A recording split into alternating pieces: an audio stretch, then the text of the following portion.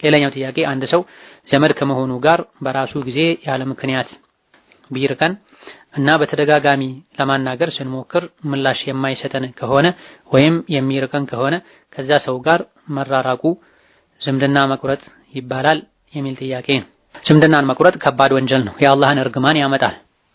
ከ3 ቀን በላይ መዘጋጋት መኮራረፍ በሸሪዓው አይቻልም። በአላህና በመጨረሻው ቀን የሚያምን ሰው ከ3 ቀን በላይ ወገኑን እንዳያኮርፍ እንዳይዘጋ ብሏል ነብዩ ሰለላሁ ዐለይሂ ወሰለም።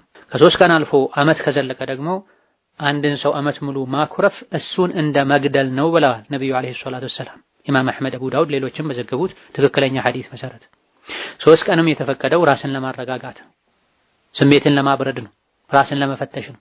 መኮራረፍ መዘጋጋት ከ3 ቀን ካለፈ አላህን ያስቆጡ ሸይጣንን ማስደሰት ነው የሚሆነው። አላህ ታረቁ፣ ተገናኙ፣ ዝምድናን ቀጥሉ፣ መልካም ግንኙነት ፍጠሩ ይላል። ሸይጣን ደግሞ ተኮራረፉ፣ ተቆራረጡ፣ ተጣሉ፣ ቂም ያዙ ነው የሚለው።